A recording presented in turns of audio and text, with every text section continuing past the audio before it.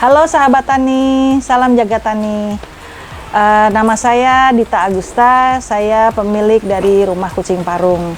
Rumah Kucing Parung adalah rumah untuk kucing-kucing yang memang memerlukan rumah yang aman, yang saya konsepnya untuk mensejahterakan mereka, hidup mereka.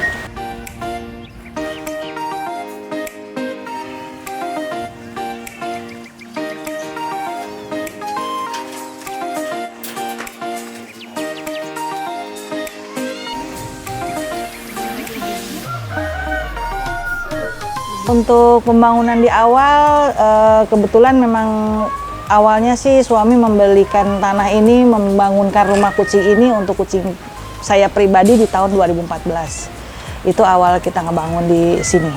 Ya awalnya memang sebelum di sini memang kita tinggal di suatu kompleks perumahan yang memang waktu itu saya mempunyai 30 ekor kucing hasil rescue sendiri, yang memang biasanya ada permasalahan antar warga sekitar. Jadi suami juga memutuskan untuk membeli lahan besar, selain untuk usaha dia juga untuk rumah, dia membuat rumah untuk kucing-kucing saya pribadi tadinya yang berjumlah 30 ekor.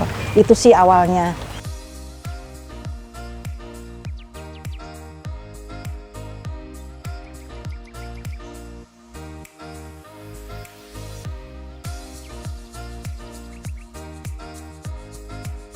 Apapun kucingnya, bagaimanapun kondisinya, tapi memang saya memprioritaskan untuk mereka yang membutuhkan, mereka yang bermasalah, mereka yang memang sudah tidak aman. Jadi kucing apapun boleh aja tinggal di sini, tapi memang prioritas saya memang untuk kucing yang bermasalah, yang memang sudah tidak aman lagi ada di luar, perlu perawatan, perlu rumah yang aman, karena seperti kita tahu banyak penganiayaan hewan, ya banyak juga kucing terlantar, yaitu yang saya prioritaskan. Paling tidak rumah ini amanlah untuk mereka.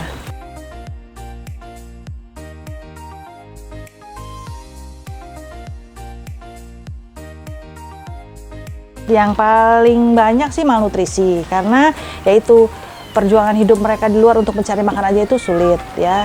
Jadi yang paling banyak malnutrisi, belum lagi kalau untuk penganiayaan hewan itu ada yang dipukul, ada yang disiram air panas atau minyak panas, ada yang tabrak lari, jadi ditabrak tapi tidak bertanggung jawab gitu. Ya seperti itu sih, rata-rata ya memang berarti ulah manusia kebanyakan gitu. Kalau patah tulang pastilah biasanya korban tabrak lari itu akan berpengaruh di fisiknya. Rata-rata memang patah tulang, ya. Ada yang harus amputasi, sampai amputasi, ada juga yang akhirnya jalannya nggak normal gitu. Ada juga yang sarafnya terganggu, jadi dia jalannya seperti goyang-goyang gitu ya. Yang cancer pun biasanya dia pertamanya seperti luka, tapi ternyata setelah diperiksa lebih lanjut, ternyata ini bukan hanya sekedar luka, tapi dia memang cancer, yang cancer itu tidak ada obatnya. Jadi itu juga hanya butuh pengobatan maksimal dari dokter, dan selebihnya ya mereka kita biarkan hidup sampai kekuatan tubuh dia. Jadi kalau saya memang di sini untuk seperti itu tetap saya konsultasikan ke dokter dulu bagaimana cara perawatannya, atau mungkin justru di awal memang perlu perawatan dokter dulu ya sebelum dia hidup di sini. Jadi kalau setelah dia siap untuk rawat jalan, hidup di shelter, ya mereka hidup di sini dengan tetap pantauan dokter. Ya memang sih semaksimal kita lah ya. Kadang memang kucing itu seperti memberi harapan. Dia sudah jauh membaik gitu kan.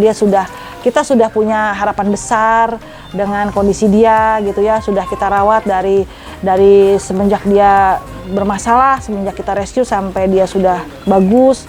Tapi ya karena mungkin ada sesuatu hal yang kita nggak tahu, ya kadang-kadang drop tiba-tiba, terus dia langsung pergi gitu ya. Cuman kalau buat saya, selama saya selalu berusaha untuk mereka, saya nggak ada penyesalan sih seandainya memang emang sudah waktunya dia pergi gitu ya. Yang penting saya udah usaha, saya tidak merasa menelantarkan.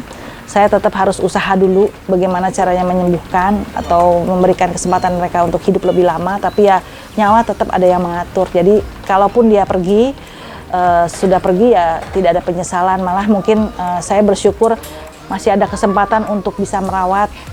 Dia juga masih dapat kesempatan hidup disayang daripada dia tetap terlantar di jalan.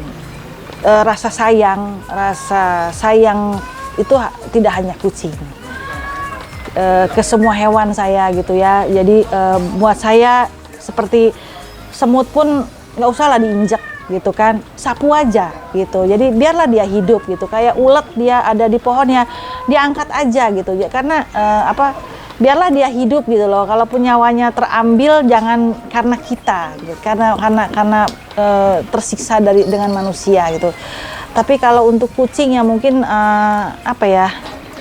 sebenarnya sih cerita khusus nggak ada, cuman memang sepertinya dia itu mungkin keseharian kita yang banyak melihat di sekeliling atau sekitar kita yang banyak teraniaya sih.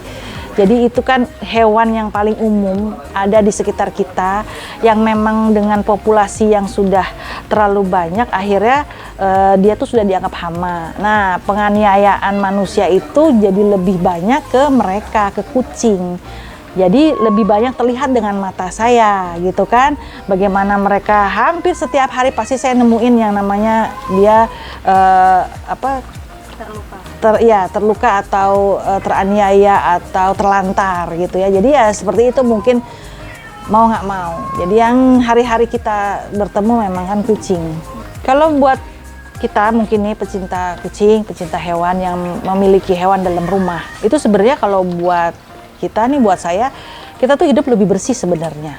Karena kita juga nggak mau hidup jorok kan, kita juga kepengen kita juga sehat gitu kan, rumah kita nggak kotor. Jadi dengan adanya hewan di rumah tuh kebersihannya lebih dijaga sebenarnya gitu loh. Kalau mungkin kalau orang nggak punya hewan, nggak nyapu sehari juga nggak kotor gitu ya, nggak ngepel sehari juga nggak kotor, orang nggak ada yang ngotorin. Kalau kita justru bisa berkali-kali. Jadi anggapan yang salah sebenarnya kalau menurut saya. Nggak semua orang yang memelihara hewan tuh kesannya jorok gitu kan. Nah, cuman ya manusia sebenarnya karena nggak sukanya aja punya anggapan seperti itu, emang karena dia nggak suka sama kucing gitu. Jadi otomatis kucing itu dianggap sumber penyakit, yang suka bikin kotor. Pokoknya ya emang nggak ada bagus-bagusnya, itu intinya karena emang dia nggak suka gitu. Jadi nggak ada yang bisa dibanggakan atau dibicarakan yang baik-baiknya tentang kucing. Jadi ya yang saya hadapi dengan tetangga-tetangga yang memang dulunya nggak suka kucing, ya nggak ada bagus-bagus ya kucing itu, semua buat mereka ya jelek aja dan bermasalah terus gitu. Kalau adopsi yang pasti kucing yang sudah saya sterilkan yang saya lepas adopt. Karena saya menghindari kejadian terulang lagi, mereka overpopulasi, akhirnya dikembalikan lagi ke sini. Jadi dia adopsi 1, nanti dia serahkan 5. Karena belum disteril, nanti dia beranak pinak, Bu, kucingnya kebanyakan nih karena beranak. Saya taruh ya anaknya di sini, dikembalikan lagi ke saya. Jadi diadopsi 1, kembali lagi 5, itu nggak jadi solusi buat saya. Jadi saya maunya yang lepas adop itu yang sudah steril. Itu yang wajib ya gitu. Kalau syarat ya pastinya ada perjanjian hitam di atas putih, dan memang adopter harus datang ke rumah kucing, harus berinteraksi dengan kucing, harus bertemu dengan saya, karena kualitas adopter tuh hanya saya yang bisa menentukan dia layak atau enggak jadi adopter. Ada poin-poin tertentu di perjanjian itu yang menekankan terhadap tanggung jawab orang itu terhadap hewan. Sebenarnya kalau cat show itu, saya itu hanya sebagai sarana saya untuk mempromosikan, untuk mengedukasi orang juga mengenai kucing lokal. Jadi pasti saya kalau untuk cat show itu selalu berdampingan dengan open adopsi di satu acara itu. Jadi ada cat show pasti ada open adopsi. Saya lebih memprioritaskan adopsinya. Cat show itu hanya sebagai edukasi ke orang-orang, kalau orang harus tahu, kan yang saya turunkan pasti kucing lokal. Nah, orang-orang harus tahu kalau kita merawat kucing lokal dengan baik pun dia bisa berprestasi, dia bisa bagus gitu kan, bisa berubah wujud istilahnya, yang mungkin tadinya jelek jadi bagus, dan akhirnya bisa diadopsi orang. Selama ini kan mindset orang masih banyak tentang kucing lokal itu yang jelek, yang galak, tukang gigit, tukang nyakar, sumber penyakit gitu kan, yang mereka di jalanan kan pasti yang jelek-jelek. Nah itu nggak dilirik sedikit pun oleh orang-orang. Jadi orang taunya kucing mahal, kucing bagus gitu kan. Nah edukasi saya itu ya ke situ. Jadi yang pasti saya turunkan juga kucing-kucing lokal yang memang ternyata ya bisa dibuktikan gitu. Mereka semua bagus-bagus, mereka semua baik-baik gitu. Ya pesan saya sih ya yang paling utama kita harus ingat kalau hak hidup kita dengan mereka itu di sini sama. Mereka juga punya hak hidup gitu ya, bukan hanya kita aja gitu. Jadi manusia kalau menyadari satu hal itu aja, sebenarnya mungkin tidak ada penganiayaan atau penelantaran hewan. Jadi manusia egois lah ya kalau saya menyebutnya, karena mereka berani menelantarkan, mereka berani menganiaya, itu buat saya itu manusia egois. Jadi pesan saya tolong diingat lah kalau bumi ini diciptakan bukan hanya untuk manusia, tapi ada makhluk lain yang memang dia hak hidupnya sama dengan kita. Jadi sebisa mungkin tolonglah kita manusia sebagai yang derajatnya paling tinggi, yang diciptakan paling sempurna, justru lebih bisa menghargai makhluk lain.